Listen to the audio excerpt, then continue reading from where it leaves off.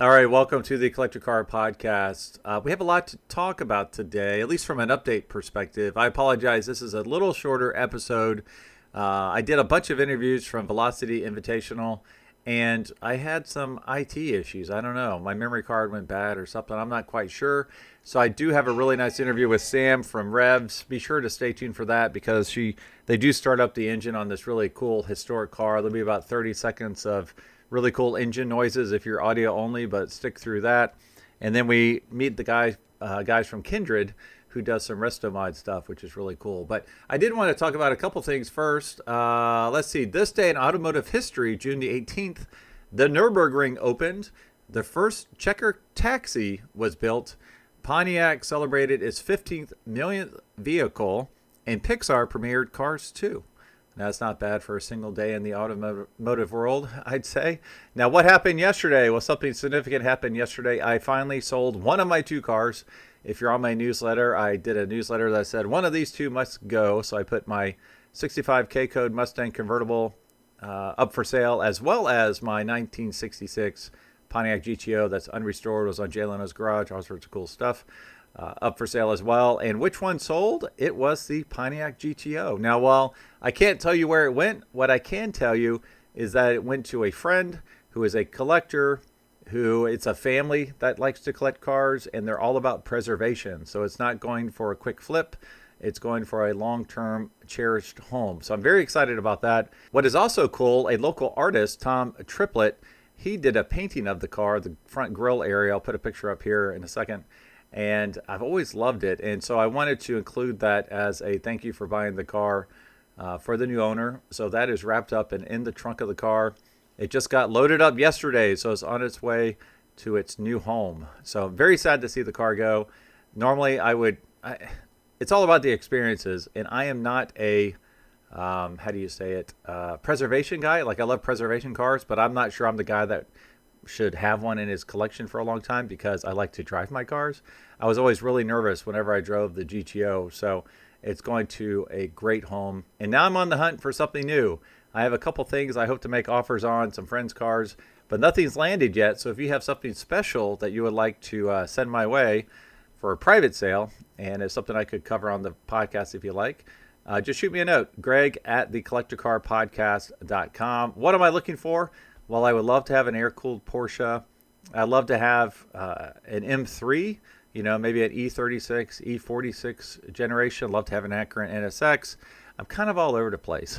So I'd love to have a C2 Corvette. There's all sorts of stuff. But anyways, any Porsche, really. I really want a 2012 Carrera S. So if you have something fun, let me know. And let's take a listen to my sponsors. Please support them.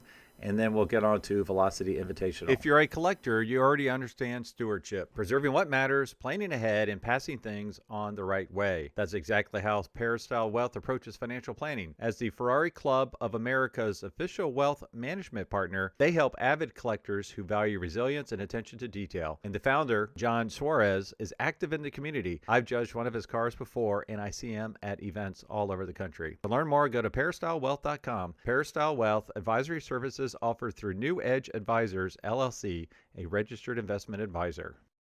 Every garage is a mirror of the mind that builds it. The garage becomes a quiet dialogue between who you are and what you craft. A garage is where work becomes meditation and solace, where mechanical truth becomes mental clarity. Some people go to offices, some go to mountains, others go to garages. At Metron Garage, we build for people who do all three. Give us a call to get started. If you own a collector car, you already know it deserves more than a standard insurance policy. NCM Insurance specializes in agreed value coverage designed specifically for classic collector and enthusiast vehicles. From weekend drivers to serious collectors, they understand how these cars are used, stored, and protected. To learn more about protecting your collector car the right way, visit ncminsurance.com. Coverage built for the cars you care about. Every car in your garage tells a story, where it's been, how it's been maintained, and what makes it truly yours. Carport gives you a simple digital garage to document, organize, and manage your vehicles all in one place. Track service history, store important records, and keep your collection dialed in with confidence. From your daily driver to your dream car, Carport keeps everything in order so you're always ready for the road. And best of all, it's free to use and is 100% private. To learn more, go to carport.app. All right, Sam, we are at Velocity Invitational, and you are with Revs, so why don't you tell us who you are and why you're here? Yeah, hi everyone. My name is Samantha Slater. I'm with Revs Institute. We are here displaying our 1919 Ballo. This was one of 4 cars that were built for the Indy 500 in 1919. This specific vehicle placed first on pole position at Indy, and then it finished 10th. It was the first car to reach over 100 miles per hour on the track. So wow. We're really excited to show it, and Velocity Invitational is a great event for us to be able to share these stories with other people who value historic racing just as much as we do. So, and that's what Revs is all about, right? We are all about sharing our stories and keeping the cars active, alive, in motion, and available for future generations to enjoy and see in person and hear and all the fun, good stuff. So, well, you also have a couple cars on the track this weekend, right? We do. We have a 1958 356 Speedster that's running in Group 1, and then we also have a 1968 9082 Flunder, and that's in Group 3. So those cars will be on track later today. All right, Sam, it's my understanding from logistics, you weren't able to get us on the track this weekend, but you're going to start it up? Yep, we're going to try to start it at least twice a day for the rest of the weekend. So stop by and someone can give you time and come on and check it out. Now, where will you be next where they might be able to check this out? Yeah, so we will be, our next event will be at Monterey Historics, so for Car Week. The Ballo we will have there. Again, we'll try to run it, but we won't have it on track, and then we'll be racing a few other vehicles there. Now, you're out in Naples, and what's the website? We are down in Naples, Florida. Our website is revsinstitute.org. Thank you so much, Sam. Thank you.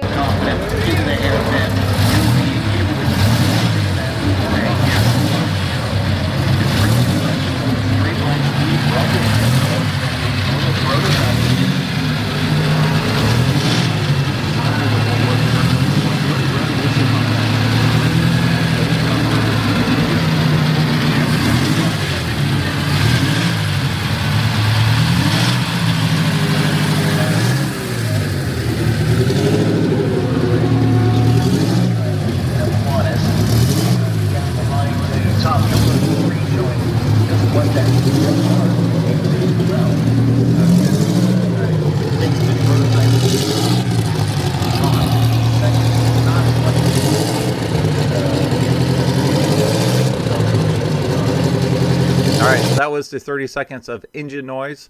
If you're like me, you love hearing that exhaust note, especially on pre-war cars such as that. Absolutely wonderful. So let's listen to Rob from Kindred. Hey, Rob, I appreciate you being on the podcast. You are the founder of Kindred, and we have some really cool vehicles here, including a VW bus full of kids having a great time. So tell us about Kindred a little bit. Oh, Kindred, we restore vintage cars, and along the way, we modernize them. So a lot of these cars are in the driveway or in the garage. For Kindred, we really want to modernize them so you get them out of the garage, out onto the road. So everything we do is really set up to get these things set up so you don't hesitate to drive them. Right, Improve reliability.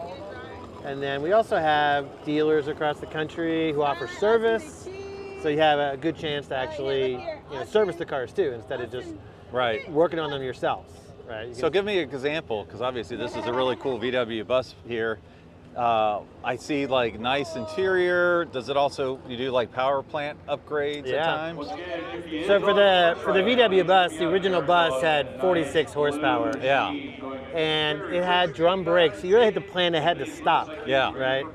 And it was underpowered. It didn't have seatbelts, didn't have headrests. So even though they made 2 million of them, you just don't see them on the road anymore. Right. So we brought this model in.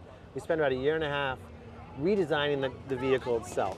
So this one in particular is electric, so it has 300 horsepower. Oh my gosh. It has disc brakes, all 4 wheels, much wider tires, taller. Wow. It's got seat belts, has headrests. There's a great, YouTube or video sound system in it. It's got a rear-view camera, so you can feel comfortable taking your family in this, getting on the highway, etc. 300 horsepower. Yeah. Wow. And then for the interior, we're really focused on making it more usable. So it kind of feels like a hangout, Absolutely, where you're yeah. hanging out. And in fact, that passenger seat actually turns around and turns into a living room. Wow. And so is it a rear wheel drive? Rear wheel drive, yep. Okay. So all the EV and everything's back here. Yep. I thought we were going to end on a Bronco EV, but we're starting with a VW EV, so that's pretty cool. Yeah, we felt like when we thought about, do we do ICE on this, internal combustion or electric, this probably would have been electric from day one when they built it, if that technology existed back then. Yeah. So it just feels very natural to have a very simple drivetrain, very low maintenance. You don't have to worry about it. You do lose that sound of the original bus, but what you gain is off the charts. Oh yeah. So. Well, tell us about the Bronco behind you. That is an ICE engine. Yeah, so this is a Coyote engine for this Bronco. Yep. Right? So it's straight off the Ford Performance assembly line. They use it for the high-end Mustangs. But it provides the right amount of power for this car. We spent a lot of time thinking about the driving dynamics of this. We have a couple dozen engineers on staff really thinking about when you hit the gas, does it behave the way you want it to? When you hit the brakes, does it feel comfortable, So this car, is also, it's 4-wheel drive, of course. It's extremely capable off-road car. And then we've redone the interior.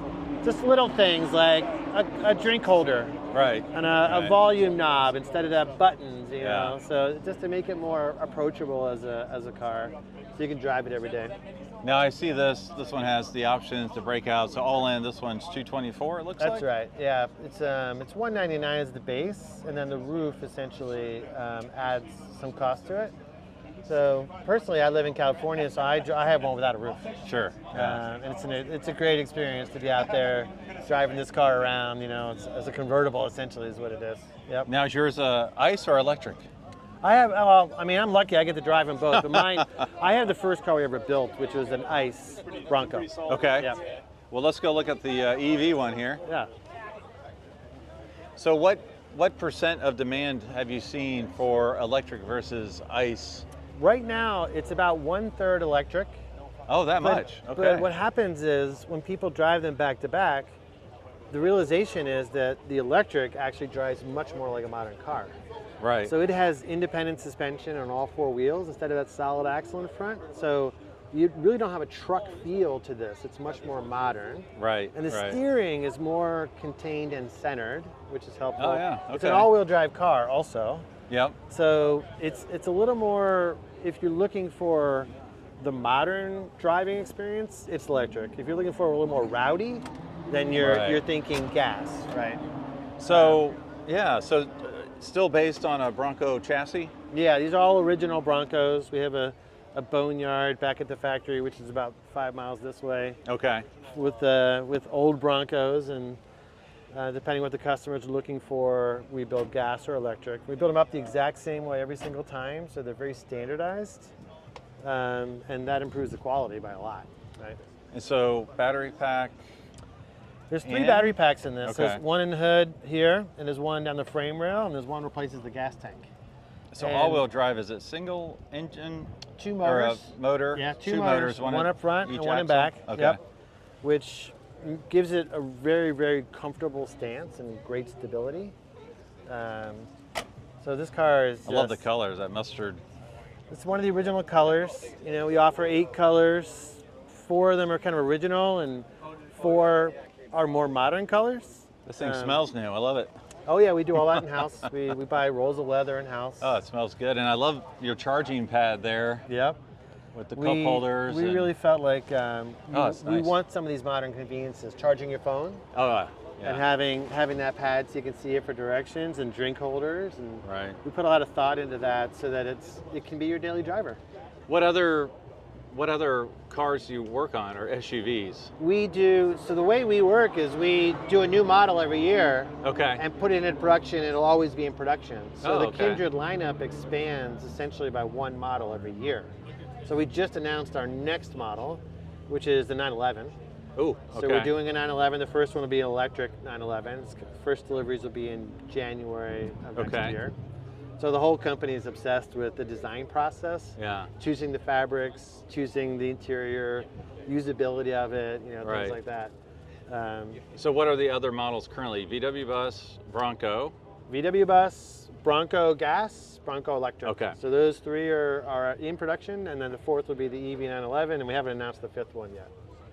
Always a fun day when we announce the next model. I almost want to guess, but Go ahead and guess. I can't tell you the answer, but everybody's got a different opinion. well, there's this movement for someone to do a 928, but you just did the 911, so I don't know that would be it. Shelbys are big right now, 67s. A lot of people are doing those. I don't know about that. International Harvester could be an option. I don't know. You might be doing something crazy like a Volvo wagon. I don't know. So There's a long list. Yeah. We have 80 models in mind. Oh, wow. So it'll take quite a while for us to get through all of that, but these old cars, there's 30 million of them in the US. yeah, But they're just, and they're immortal, yeah, but they're not on the road, Yeah. right? So we think the way to do that is to do what Kindred has done, spend the engineering effort up front, standardize the restoration so that it can be a really dependable car, build out a service network through the dealers so you can actually get it serviced, and it opens up vintage car ownership to a whole another group of people. yeah. It does for sure. Now, two remaining questions. What's the best way for folks to find you? Well, KindredMotorworks.com is the best way to do it.